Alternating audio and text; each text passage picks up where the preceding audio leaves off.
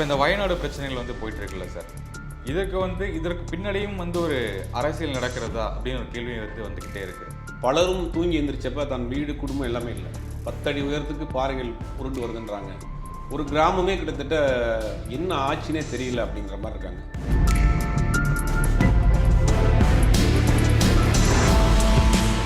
ஆனால் கேரளா சிஎம் என்ன சொல்கிறாருன்னா, மழை பெய்யும் அப்படிங்கிற மாதிரி தான் சொல்லுறாங்க. இத்தனை மில்லிமீட்டருங்கிறது சொல்லலை, இப்படி ஒரு டிசாஸ்டர் நடக்குதுன்னு சொல்லலைங்கிறது அது கணிக்கவும் முடியாது.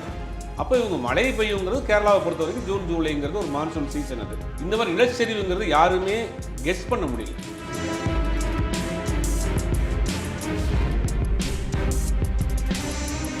இன்னும் எத்தனை பேர் உயிரோடு இருக்காங்கன்னு தெரியல. ஒன்றும் உள்ளே போக முடியல, அந்த கிராமத்துக்குள்ளே போக முடியல. எல்லாமே துண்டிச்சிருச்சு. ஹெலிகாப்டர் போய் இறங்க முடியல.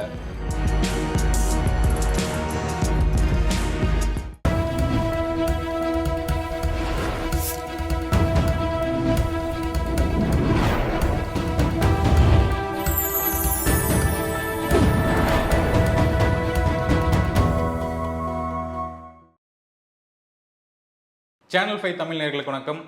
இன்றைய நேர்காணலில் நம்முடன் இணைந்திருப்பவர் பத்திரிகையாளர் திரு ஜுபைர் அவர்கள். வணக்கம் சார். வணக்கம். இப்போ இந்த வயநாடு பிரச்சனைகள் போயிட்டு இருக்குல்ல சார், இதற்கு பின்னாடியும் ஒரு அரசியல் நடக்கிறதா அப்படின்னு ஒரு கேள்வி வந்துக்கிட்டே இருக்கு. இல்லை, இது உண்மையிலேயே ஒரு ஈடு செய்ய முடியாத ஒரு இழப்பு. பலரும் தூங்கி எந்திரிச்சப்ப தன் வீடு குடும்பம் எல்லாமே இல்லை. 10 அடி உயரத்துக்கு பாறைகள் உருண்டு வருதுன்றாங்க. ஒரு கிராமமே கிட்டத்தட்ட என்ன ஆச்சுன்னே தெரியல அப்படிங்கிற மாதிரி இருக்காங்க. ஒரு பெரிய ஒரு தேசிய பேரிடர் தான், நேஷனல் டிசாஸ்டர் தான். அதில் மாற்று கருத்து கிடையாது. இது இயற்கையினுடைய இதுதான். இதை இயற்கைக்கு மீறி நம்ம ஒன்றும் செய்ய முடியாதுங்கிறது மீண்டும் மீண்டும் இயற்கை அப்பப்போ ப்ரூஃப் பண்ணிகிட்டே இருக்குது. மனிதன் அதை மீறி ஆடிக்கிட்டே தான் இருக்கிறான். அப்படிங்கும்போது இது என்னென்னா ஒரு பேரிடர் தான், அது மறுக்க முடியாத ஒரு விஷயம். இவங்க என்ன சொல்கிறாங்க, metallurgical department, national metallurgical department என்ன சொல்கிறாங்கன்னா, நாங்கள் அலாட் கொடுத்துருந்தோம், அது அவங்க அலட்சியமாக போயிட்டாங்கன்னு உள்துறை அமைச்சர் பார்லிமெண்ட்லேயே பேசிட்டார். ஆனால் கேரளா சிஎம் என்ன சொல்கிறாருன்னா, மழை பெய்யும் அப்படிங்கிற மாதிரி தான் சொல்லுறாங்க. இத்தனை மில்லிமீட்டருங்கிறது சொல்லலை, இப்படி ஒரு டிசாஸ்டர் நடக்குதுன்னு சொல்லலைங்கிறது அது கணிக்கவும் முடியாது. அப்போ இவங்க மழை பெய்யுங்கிறது கேரளாவை பொறுத்த வரைக்கும் ஜூன் ஜூலைங்கிறது ஒரு மான்சூன் சீசன். அது கனமழை பெய்யும். ஏன்னா அந்த முண்டக்கைங்கிற பகுதி எப்படின்னா ஒரு மலை கிராமமாக இருக்குது. அதுலேருந்து ஒரு கீழே ஒரு பெரிய ஒரு ஆறு ஒன்று ஓடுது. அதில் எப்பயுமே மழை பெய்யும், இந்த ஆறில் போயிடும் அப்படிங்கிற மாதிரி அவங்க நினச்சிட்டாங்க ஒழிய இந்த மாதிரி நிலச்சரிவுங்கிறது யாருமே கெஸ் பண்ண முடியல. ஆனால் இதை மாறி மாறி குற்றம் சொல்கிறாங்க, நாங்கள் சொல்லிட்டோங்கிறாங்க. ஆனால் இப்போ அது நேரம் கிடையாது. இப்போ அரசியல் பண்ணுறதுக்கு நேரம் கிடையாது. அங்கே ஒன்றும் எத்தனை பேர் புகஞ்சிருக்காங்கன்னு தெரியல, இன்னும் எத்தனை பேர் உயிரோடு இருக்காங்கன்னு தெரியல. ஒன்றும் உள்ளே போக முடியல, அந்த கிராமத்துக்குள்ளே போக முடியல. எல்லாமே துண்டிச்சிருச்சு. ஹெலிகாப்டர் போய் இறங்க முடியல. இந்த மாதிரி நேரத்தில் அரசியல் பண்ணுறது ஒரு கேவலமான விஷயமாக தான் நான் பார்க்குறேன். முதல்ல அவங்கள காப்பாற்றிட்டு அப்புறம் பேசலாம். இது என்ன அரசியல் இருக்கா இல்லையா, இல்லை மத்திய அரசு கொடுத்தது அவங்க ஏற்றுக்கலையா, இல்லை மாநில அரசு சொல்கிறது பொய்யா அப்படிங்கிறதெல்லாம் விவாதம்லாம் ரெண்டாவது. உடனே பார்லிமெண்ட்டில் பேசுகிறது இது பேசக்கூடிய நேரம் இல்லை. இப்போ நேரம் என்னென்னா முதல்ல அன்றைக்கி எங்கே போய் காப்பாற்ற வேண்டியது. நீங்கள் இன்றைக்கி கேரளாவில் பார்த்தீங்கன்னா அனைத்து கட்சி கூட்டம் போட்டுருக்காங்க. எல்லா கட்சி ஆட்களையும் கூப்பிட்டு அது என்ன பண்ணலாம் அப்படிங்கிற மாதிரி பேசுகிறாங்க. மழை வரும்னு ஒரு எச்சரிக்கை கொடுத்துருக்குறாங்க. அதுக்கு மழை வர்றதுக்கு கேரளாவில் இந்த மான்சூன் சீசன் வரதான் செய்யும், வரும் போயிருங்கிற மாதிரியான பார்த்துருக்காங்க. இப்போ நாங்கள் கொடுத்துட்டோம், அதை அலட்சியப்படுத்திட்டாங்க அப்படின்னு அவர் சொல்கிறது தான் அரசியலாக பார்க்கப்படுது. இதுலேயும் அரசியல் பண்ணுறாங்களாங்கிற ஒரு வேதனையும் இருக்குது. ஆனால் இப்போ அரசியல் பண்ணக்கூடிய நேரம் இல்லை. இது முடியட்டும், அப்புறம் பேசலான்னு தான் சொல்லியிருக்கணும். இது தொடர்ந்து பண்ணுறாங்க. இப்போ என்ன தேசிய பேரிடராக அறிவிக்க சொல்கிறாங்க. அங்கே கேரளாவிலிருந்து தேர்ந்தெடுக்கப்பட்ட எல்லா எம்பிகளும், இன்க்ளூடிங் காங்கிரஸ் எம்பியாக இருக்கட்டும், கம்யூனிஸ்ட் எம்பியாக இருக்கட்டும், இது தேசிய பேரிடர் அறிவிங்கன்றாங்க. ஆனால் இது வரைக்கும் இல்லை. தமிழ்நாட்டில் நடந்தது கூட அவங்க தேசிய பேரிடராக அறிவிக்கலை. அது அவர்கள் ஆட்சி செய்யாத ஒரு மாநிலமாக இருக்கிறதுனால அவங்க ஒரு பார்ஷியாலிட்டி தான் பார்க்குறாங்கிறது இதிலிருந்தே தெரியுது. மற்றபடி அரசியல் தாண்டி இராணுவ வீரர்லாம் ரொம்ப பெரிய அளவில் அங்கே வேலை பார்த்துட்ருக்காங்க. அவருடைய பங்களிப்பெல்லாம் பெரிய பங்களிப்பு. அப்புறம் தேசிய பேரிடர் மீட்பு குழு, அந்த டிசாஸ்டர் அந்த ரெக்வஸ்ட் போர்டு, அந்தவங்களும் பெரிய அளவில் அந்த விஷயங்கள்லாம் பண்ணிகிட்ருக்காங்க. கட்சிகள் இல்லாமல் எல்லாரும் அங்கே அந்த களத்தில் இருக்கிறாங்க. இன்றைக்கி நிறைய தன்னார்வ அமைப்புகளாக இருக்கட்டும், பல கட்சிகளுடைய இவங்காக இருக்கட்டும், எல்லாம் இருக்காங்க. தமிழ்நாடு அரசு சார்பில் 2 ஐஏஎஸ் ஆஃபீஸர்ஸ் அமைச்சிருக்கிறாங்க, மெடிக்கல் டீம் அமைச்சிருக்கிறாங்க, 5 கோடி ரூபா கொடுத்துருக்குறாங்க, அதிமுகவில் பணம் கொடுத்துருக்குறாங்க. இது எல்லோரும் சேர்ந்து அதை மீட்டெடுக்க வேண்டிய நேரம். இந்த நேரத்தில் இதை போய் அரசியல் ஆக்குறது கேவலமான ஒரு விஷயமாக தான் நான் பார்க்குறேன். ஓகே சார், தமிழ்நாட்டில் பொறுத்த வரைக்கும் இந்த ஃபார்முலா 4 கார் ரேஸ் சில மாதங்களுக்கு முன்னாடி நடக்கிறதா இருந்துச்சு, கொஞ்சம் தள்ளி வச்சு இப்போ ஆகஸ்ட் 30ஆம் தேதி நடக்கிறதா ஒரு தகவல் வந்திருக்கு. இந்த கார் ரேஸுக்கு தமிழ்நாட்டில் இருக்கக்கூடிய திமுகவினர் நிறைய பேர்த்துக்கிட்ட மிரட்டி தொழிலதிபர்கிட்ட காசு வாங்குறதா ஒரு தகவல்லாம் வந்துட்டு இருக்கு. அண்ணாமலை அவர்களும் எதிர்ப்பு தெரிவிச்சிருக்காரு. இதுக்கு உங்களுடைய கருத்து என்ன சார்? இல்லை, அப்படி யாரும் இது வரைக்கும் எந்த தொழிலதிபர்களும் எங்களுக்கு மிரட்டி காசு கேட்குறாங்கன்றது கம்ப்ளைண்ட் கிடையாது. இந்த கார் ரேஸ் வந்து ஆல் இண்டியா இன்டர்நேஷனல் லெவலில் நடக்கக்கூடிய ஒரு ஃபார்முலா கார் ரேஸ். இது தமிழ்நாட்டில் நடக்கிறது ஒரு உண்மையிலேயே ஒரு பெரிய விஷயமா பார்க்கப்படுது. ஏன்னா இப்போ உதயநிதி ஸ்டாலின் அவர்கள் விளையாட்டுத்துறை அமைச்சராக ஆனதுக்கு பிறகு நிறைய இன்டர்நேஷனல் கேம்ஸ் வந்து தமிழ்நாட்டில் கண்டக்ட் பண்ணிட்டு இருக்காங்க. அப்படிங்கும் போது இதுவும் ஒரு அந்த விஷயத்தில் ஒரு முக்கியமாக பார்க்கப்படுகிற விஷயம்.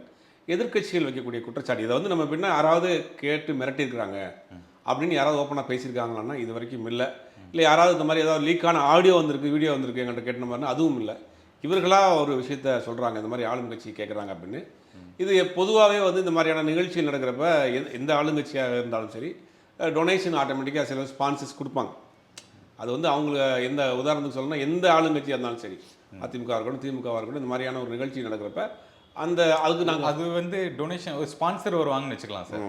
இது மிரட்டி வாங்குறதுங்கிறது வேற இல்லை, ஸ்பான்சர் வேற, மிரட்டி வாங்குறது வேற இல்லை. அப்படி கொடுக்கப்பட்டதை கூட இவர்கள் இந்த மாதிரி சொல்கிறதுக்கு வாய்ப்பு இருக்குது. இது வரைக்கும் அந்த மாதிரியான எந்த விதமான அதிகாரப்பூர்வமாக எந்த விதமான இதுவும் வரல, எந்த தொழிலதிபர்களும் சொல்லலை. எதிர்க்கட்சிகள் இந்த ஒரு பெரிய ஒரு நிகழ்ச்சி நடத்துகிறாங்க அப்படிங்கும் போது இதில் ஏதாவது ஒரு காரணம் சொல்லுவாங்க. ஏற்கனவே இதை பற்றி ஒரு நடிகைக்கு வந்து இவர் பண்ணுறாரு, டெபியூட் பண்ணுறாரு அப்படிங்கிற மாதிரி சொன்னாங்க. இப்போ அதை விட்டுட்டாங்க. அப்போ இப்போ வந்து என்னென்னா மிரட்டி வாங்குறாங்க. இந்த நிகழ்ச்சி நடந்துட்டால் தமிழ்நாடு அரசுக்கு ஒரு பேர் கிடைக்கும். உதயநிதி ஸ்டாலின் வந்து அவர் கரெக்டாக பண்ணிட்டு இருக்கிறாரு அப்படிங்கிற இன்டர்நேஷனல் லெவலில் ஒரு பேர் போகும் அப்படிங்கிறதுனால எதிர்க்கட்சியில் சொல்லக்கூடிய ஒரு குற்றச்சாட்டு தான். இது வரைக்கும் எந்த ஆதாரமும் இல்லை. வந்த பிறகு அதை பற்றி பேசலாம். இல்லை, இப்போ வந்து ஆதாரம் இல்லை அப்படிங்கிறது ஓகே. பட் ஆளும் கட்சி அப்படிங்கிறதுனால சொல்கிறதுக்கு கூட எல்லாம் பயப்படுவாங்கல்ல. கார்ப்பரேட் கம்பெனிஸ், தொழிலதிபர்கள் எல்லாருமே பயப்படுவாங்கல்ல. ஏன் நம்ம சொல்லி ஒரு பிரச்சனை மாட்டிக்கணும்? சரி, எதிர்க்கட்சிக்கு எப்படி தெரிஞ்சது? அவங்க அண்ணாமலை தான் சொல்லியிருக்காரு, ஆதாரம் இல்லாமல் சொல்ல மாட்டாருன்னு. ஆதாரம் இல்லாமல் சொல்லணும்னா ஆதாரத்தை கொடுக்கலாமே. எல்லாத்துக்குமே ஆதாரம் கொடுக்குறாங்க, எல்லாத்துக்கும் வீடியோ போடுறாங்க, ஃபைல்ஸ்லாம் ரிலீஸ் பண்ணுறாங்க. அந்த மாதிரி இது யார்கிட்ட கேட்டிருக்காங்கன்னு அவருக்கு ஒரு செய்தி வந்திருக்கு. அந்த செய்திக்கு உண்டான ஆதாரம் அவர்கிட்ட இருக்கும் இல்லையா? அப்போ அதை ரிலீஸ் பண்ணலாம்ல. அப்போ முழுக்க ஏற்கனவே சொன்ன மாதிரி இதுக்கு வந்து வேற ஒரு முதல்ல சாயம் வச்சுட்டாங்க. ஒரு நடிகை வந்து அவர் தொடர்படுத்தி பேசி அவங்களுக்காக தான் இந்த ரேஸே நடத்துகிறாரு, இந்த ராலியை அதுதான் பண்ணுறாங்கன்னாங்க. இப்போ அதை விட்டுட்டாங்க. இப்போ வந்து மிரட்டி வாங்குறாங்க. அப்போ ஒவ்வொரு நேரடியான ஒரு இந்த நிகழ்ச்சியை வந்து அவங்களால எதுவும் குறை சொல்ல முடியல. இது தப்பாக பண்ணுறாங்க, இதை வந்து ஆர்கனைஸ் தவறாக இருக்குது அப்படிங்கிற மாதிரி சொல்ல முடியாமல் இந்த மாதிரி விஷயங்கள் திருப்பி குற்றச்சாட்டாக வைக்கிறாங்க. ஆதாரம் இருந்தால் கொடுக்கலாமே சார். இந்த கள்ளக்குறிச்சி இஷ்யூ வந்து நடந்துச்சு, இந்த கள்ளசாராய சம்பவம் நடந்துச்சு. அதுக்கு வந்து சூர்யா வந்து ஒரு எதிர்ப்பு தெரிவிச்சிருந்தாரு. அதுக்கு வந்து சூர்யா அவர்களுக்கு வந்து என்ன தகுதி இருக்குது திராவிட அரசியலை பற்றி பேச அப்படிங்கிற மாதிரி சொல்லியிருந்தீங்க. ஆனால் இந்த பக்கம் பார்த்தோம்னா விஜய் அவர்களே வந்து சொல்லியிருக்காரு, தமிழ்நாட்டுக்கு நல்ல தலைவர்கள் தேவை அப்படின்னு சொல்லியிருக்காரு. இப்போ மறைமுகமாக திமுக நல்ல தலைமை இல்லை அப்படின்னு எடுத்துக்கலாமா? இந்த பக்கம் சூர்யா சொல்கிறது தப்புன்னா இந்த பக்கம் விஜய் சொல்கிறதும் நம்ம தப்புன்னா எடுத்துக்கணும். இல்லை, சூர்யா என்ன சொல்லியிருந்தாருன்னா கள்ளக்குறிச்சி சம்பவத்தை விமர்சிக்கக்கூடிய விஷயம் தான். ஏன்னா அவ்வளோ உயிர் போயிருக்கு, அதை யார் வேணாலும் விமர்சிக்கலாம். ஒரு மாநில அரசின் கட்டுப்பாட்டு இருக்கார், மாநில அரசு தான் முழு பொறுப்பு அதுக்கு, அதை விமர்சிக்கலாம். அதை விட்டுட்டு ஒட்டுமொத்தமாக திராவிட இயக்கங்களே தப்புன்றது மாதிரி ஒரு பேசியிருந்தார். அதைத்தான் நம்ம பேசியிருந்தோம். கள்ளக்குறிச்சி விஷயத்தை வந்து அரசாங்கம் வந்து அதில் வந்து கொஞ்சம் கவனக்குறைவாக இருந்திருக்குங்கிறது அது ஏற்றுக்கொள்ளக்கூடிய விஷயம்தான். அங்கே உயிர் போயிருக்குங்கிறது உண்மைதான். அதுக்காக இது வரைக்கும் பண்ண எம்ஜிஆருடைய ஆட்சியாக இருக்கட்டும், ஜெயலலிதாவுடைய ஆட்சியாக இருக்கட்டும், இது வரைக்கும் கலைஞருடைய ஆட்சியாக இருக்கட்டும், எல்லாமே அந்த 50 ஆண்டுகால திராவிட அரசியலே மோசம் அப்படிங்கிறத எப்படி சொல்ல முடியும்? இன்னைக்கு மடம் அப்படி குறிப்பிட்டிருந்தாரா? ஆமாம், திராவிட கட்சிகள்ன்ற மாதிரி ஒரு மென்ஷன் பண்ணியிருந்தார் அவர். அப்போ நீங்கள் வட மாநிலங்களை பார்க்குறப்ப இன்றைக்கி தமிழ்நாடு வந்து எந்த வகையில் குறைஞ்சி போயிருக்கும். இன்றைக்கி உள்நாட்டு உற்பத்தின்னு சொல்லக்கூடிய ஜிடிபியில் இந்தியாவில் 2வது பிளேஸ் இருக்கும். அதே மாதிரி ஜிஎஸ்டி கட்டுற மாநிலங்களில் கரெக்டாக ஜிஎஸ்டி கட்டுற மாநிலங்களில் தமிழ்நாடு முதல்ல இருக்கும். இன்ஃப்ராஸ்ட்ரக்சர், மெடிக்கல் இன்ஃப்ராஸ்ட்ரக்சராக இருக்கட்டும், மருத்துவ கட்டமைப்பு இந்தியாவிலே தமிழ்நாடு நம்பர் 1 இருக்குது. இன்றைக்கி பிரைம் மினிஸ்டருடைய உடன்பிறந்த தம்பி இங்கே வந்து வைத்தியம் பார்த்துட்டு போகிறார். மருத்துவ கல்லூரிகள் எல்லாமே இருந்தும் அப்புறம் பட்ஜெட்டில் தமிழ்நாடு அப்படிங்கிற பேர் இல்லைங்கிறக்காக விமர்சனம்லாம் வருதே சார். அதுதான் அவங்களுக்கு பிடிக்கல.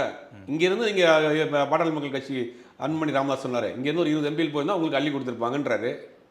அப்போ நீங்கள் வந்து இங்கே அவங்களால கால் ஒன்ற முடியல. எல்லா வகையிலையும் இந்த 50 ஆண்டு காலத்தில் திராவிட கட்சிகள் இங்கே சரியாக செஞ்சு ஒரு கட்டமைப்பை உருவாக்கியிருக்கு. சமீபத்தில் ஒரு ஃபுட் பிளாக்கர் வெளிநாட்டிலேருந்து வந்தவர் ஒரு பீச்சில் போய் ஒரு சுண்டல் வாங்கியிருப்பார். அப்போ அந்த ஒரு பெண்ணோட உரையாடி இருப்பார். அப்போ ஒரு அரசு பள்ளியில் படித்த ஒரு பள்ளி மாணவி சரளமாக ஆங்கிலம் பேசக்கூடிய அளவுக்கு இன்றைக்கி இருக்குன்னா கல்வி கட்டமைப்பு எப்படி இருக்குன்னு பார்த்துக்கணும். இதே இது நீங்கள் வட மாநிலங்களில் போய் பார்த்தீங்கன்னா என்ன நடக்குதுங்கிறது தெரியும். வட மாநிலங்களில் போயிட்டு வந்தவங்க நிறைய பேர் அது மாதிரியான பதிவுகள் போட்டிருக்காங்க. அப்போ ஒரு ஒட்டுமொத்தமாக திராவிட இயக்கங்களே இப்படி தான், திராவிட இயக்கங்கள் 50 வருஷம் வந்து இங்கே வந்து திருப்பி ஒரு விஷயத்தை சொல்லுவாங்க, குடிச்சு பழகிட்டாங்க. நானும் அந்த அறிக்கையை பார்த்திருந்தேன் சார். சூர்யா அவர்கள் வந்து திராவிட இயக்கம் குறிப்பிட்டாரா எனக்கு சரியா தெரியல. ஆனா இந்த ஆட்சி இப்படி நடந்துட்டு இருக்கு, இது கடுமையா இல்லை இந்த ஆட்சி கண்டிக்கிறோம் அப்படின்னு தான் இல்லை சொல்லியிருந்தாரு. கடந்த 50 ஆண்டுகளில் அப்படின்ற மாதிரி பேசியிருந்தாரு. கடந்த 50 ஆண்டுகளில் பேசியிருக்காரு. ஆட்சியை விமர்சிக்கிறதுக்கு எல்லாருக்கும் உரிமை இருக்கு. விமர்சனம் இல்ல அதுக்கு முன்னாடி அவர் மேல இன்னொரு விமர்சனம் இருந்துச்சு. இந்த ஏடிஎம்கே பீரியட் மட்டும்தான் அவர் பேசுவார், டிஎம்கே பீரியட்ல பேசவே மாட்டார், 3 வருஷம் பேசவே இல்லை அப்படிங்கும்போது கரெக்டாக வந்து ஒரு அறிக்கையை விட்டுருந்தாரு டைம்ல. அறிக்கை விட்டாலும் பிரச்சனை, இல்லாட்டியும் பிரச்சனை. விமர்சனங்கள் வச்சாதான் ஒரு சரியான ஆட்சி சரியா போகும். அது விமர்சனங்கள் வைக்கட்டும், அது தவறு கிடையாது. இங்கே ஒரு பெரிய ஒரு இழப்பு நடந்திருக்கு, ஒரு 50 பேருக்கு மேலே இறந்துருக்குறாங்க அப்படிங்கும்போது அதுக்கு விமர்சனம் வைக்கலாம், தவறே கிடையாது. அவர் இந்த நம்ம நாட்டினுடைய குடிமகனாக இருக்கிறாரு, அவருக்கு எல்லா ரைட்ஸ் இருக்குது. அரசாங்கத்தின் மீது கடுமையாக விமர்சனம் வைக்கிறதுக்கு எல்லா உரிமையும் அவருக்கு இருக்குது, அது தவறு கிடையாது. ஒட்டுமொத்தமாக ஒரு ஒரு ஒரு மாடலே தப்பு, திராவிட மாடலே தப்பு அப்படிங்கிறப்ப தான் என்ன தப்புன்னு சொல்லணும்ல அவர். இன்றைக்கி நான் நார்த் இந்தியாவும் சவுத் இந்தியாவும் கம்பேர் பண்ணி என்னென்ன தவறு நடந்திருக்கு, 50 ஆண்டு காலம் இந்த திராவிட கட்சிகள்லாம் இதெல்லாம் பண்ணிட்டாங்க அப்படின்னு அவர் சொல்லியிருந்தாருன்னா கரெக்டாக இருந்திருக்கும். ஒட்டுமொத்தமாக அந்த சிஸ்டத்தையே அவர் கொலாப்ஸ்ன்னு சொல்கிறது தான் அவர் விமர்சனம் வருது. மற்றபடி அரசாங்கத்தை நோக்கி விமர்சனம் வைக்கிறதுக்கு அவருக்கு எந்த ஒரு முழு உரிமையும் இருக்குது அவருக்கு. எல்லா நடிகர்களும் தான் சொல்லியிருந்தாங்க, சில நடிகர்கள் சொல்லியிருந்தாங்க, சில இயக்குநர்களும் சொல்லியிருந்தாங்க. இல்லை பெரிய சர்ச்சையெல்லாம் ஆகலையே. இல்லை அதை தான் சொல்கிறேன். இவர் அந்த கள்ளக்குறிச்சி இஷ்யூ மட்டும் பேசியிருந்தாலும் பிரச்சனை கிடையாது. கள்ளக்குறிச்சி இஷ்யூ எல்லாரும் தான் பேசினாங்க. இவர் திராவிட 50 ஆண்டு கால ஆட்சின்ற மாதிரி அவர் சரி. இப்போ 50 ஆண்டு கால ஆட்சியில் சரியும் இருக்குது, தவறும் இருக்குது, அது உங்களுக்கும் தெரிஞ்சது தான். அப்படிமா அதை ஏன் விமர்சனம் பண்ணக்கூடாது சார்? இல்லை ஒட்டுமொத்தமாக 50 ஆண்டு காலத்தில் நீங்கள் கம்பேர் பண்ணி பார்க்கணும்ல. ஒட்டுமொத்த இந்தியாவில் தமிழ்நாடு எடுத்துங்க, வட மாநிலங்கள் எடுத்துங்க, இரண்டையும் கம்பேர் பண்ணி பாருங்கள். எந்த வேகத்தில் நம்ம குறைஞ்சி போயிட்டோம். இந்த 50 ஆண்டு காலில் என்ன குறைவாக கொடுத்துருக்காங்க. காமராஜர் துறையும் காமராஜரையும் நீங்கள் வந்து ஒரு தேசிய கட்சி தலைவராக இருந்தாலும் கூட அவர் ஒரு திராவிட சித்தாந்தத்தோட வந்தவர் தான் வச்சுக்கலாம். ஏன்னா அவர் தான் முதல்ல மதிய உணவு திட்டத்தை கொண்டு வராரு, அப்புறம் எம்ஜிஆர் சத்துணவு திட்டத்தை கொண்டு வராரு. எப்படியாவது இந்த மக்களை படிக்க வைக்கணும்னாங்க. கல்வி அறிவியை ஒருத்தவங்களுக்கு கொடுத்துட்டிங்கன்னா அந்த ஜெனரேஷனே அந்த தலைமுறையை அடுத்ததுக்கு போயிடும். அப்படி ஒவ்வொரு விஷயத்தையும் பார்த்து இங்கே நம்ம செஞ்சுட்டு இருக்காங்க. அப்படிங்கும் போது நீங்கள் ஒட்டுமொத்த எல்லாத்தையும் குறை சொல்கிற மாதிரி இருக்குல்ல. குறைநிறைகள் இருக்கும், எந்த ஆட்சியிலையும் குறைநிறைகள் இல்லாமல் இருக்காது. ஒட்டுமொத்தமாக எல்லாமே தவறு அப்படிங்கிற மாதிரி சொல்லக்கூடாது. இந்த கள்ளக்குறிச்சி விஷயத்தை நீங்கள் பேசலாம், விமர்சனங்கள் வைக்கலாம், அரசாங்கத்தின் மீது கடுமையான விமர்சனங்கள் வைக்கலாம், அதெல்லாம் உரிமையாக இருக்குது. நம்ம பேசுறது என்னென்னா ஒட்டுமொத்தமாக அந்த மாதிரியான விஷயத்தை அவர் பேசினா தான் அன்றைக்கி அது விமர்சனமாச்சு. ஏன்னா திமுக பொறுத்தவரையும் ஒரு மன்னராட்சி நடக்குது அப்படிங்கிற பிரச்சனையும் வந்துட்டு இருக்கு. அதாவது வாரிசு அரசியல். கலைஞர், ஸ்டாலின் அவர்கள், உதயநிதி அவர்கள் இப்போது அடுத்து இன்பநிதி வந்துடுவார். அதே மாதிரி அமைச்சர்கள் அவங்களுடைய பையங்கள் எம்எல்ஏ சீட் இருக்காங்க, ஒரு பொறுப்பில் இருக்காங்க. இந்த பிரச்சனைகளும் வந்துட்டு தான் இருக்குது. இது ஜனநாயக கட்சியா அப்படின்னு கேள்வி வந்துட்டு தான் இருக்குது. நல்ல கேள்வி, ரொம்ப நாளாக கேட்டுட்டு இருக்காங்க.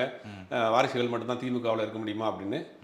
வாரிசுகள் அப்படிங்கிறது உள்ளே வர்றதுக்கு ஒரு விசிட்டிங் கார்டு தான் எந்த கட்சிக்காக இருந்தாலுமே. ஜே தீபான்னு ஒருத்தவங்க இருந்தாங்க, பார்த்துருப்பீங்க. சின்னம்மா அப்படின்ட்டு ஜெயலலிதா இருந்தாங்க, அதே மாதிரி ட்ரெஸ் எல்லாம் போட்டாங்க. அவங்க வாரிசாக தான் வந்தாங்க. மக்கள் ஏற்றுக்கிட்டாங்களா அப்படிங்கிற ஒரு கேள்வி இருக்குது. திமுகவில் இருந்து உதயநிதி ஸ்டாலின் வாரிசாக கொண்டு வர்றாங்க அப்படின்னா கட்சிக்குள்ளே ஏதாவது பிரச்சனை வந்திருக்கா அப்படின்னா இல்லை.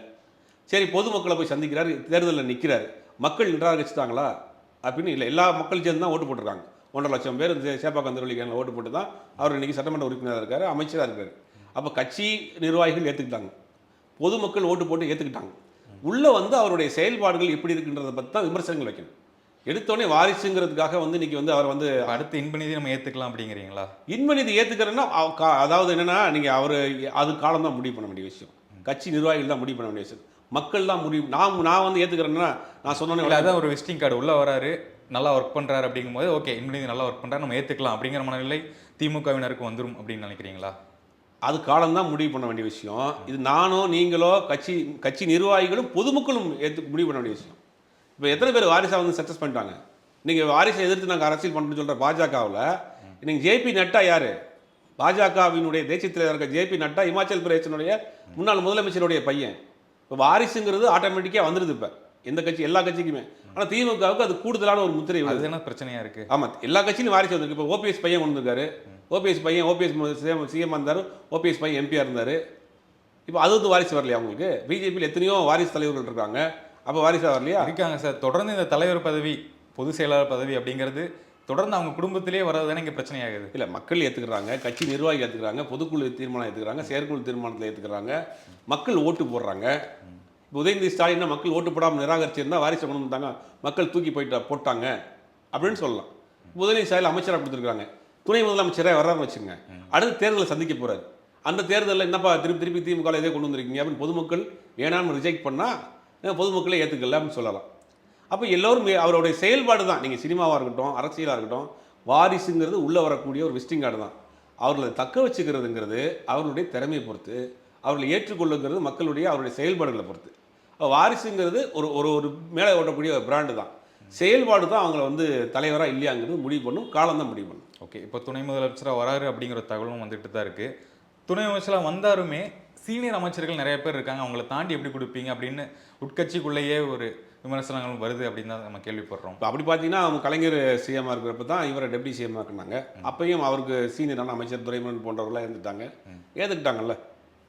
ஏற்றுப்பாங்க இப்போ அவங்க கண்டிப்பாக ஏற்றுக்குவாங்க, நல்லா இருக்குது. ஆனால் அவங்க வந்து அடுத்த தலைவருங்கிற மாதிரி தானே அந்த கட்சியினுடைய சீனியர் நிர்வாகிகள் அவர் கூப்பிடுறாங்க, சின்னவர்னு கூப்பிடுறாங்க. அப்படின்னா என்ன அர்த்தம்னு பார்த்துக்கணும்.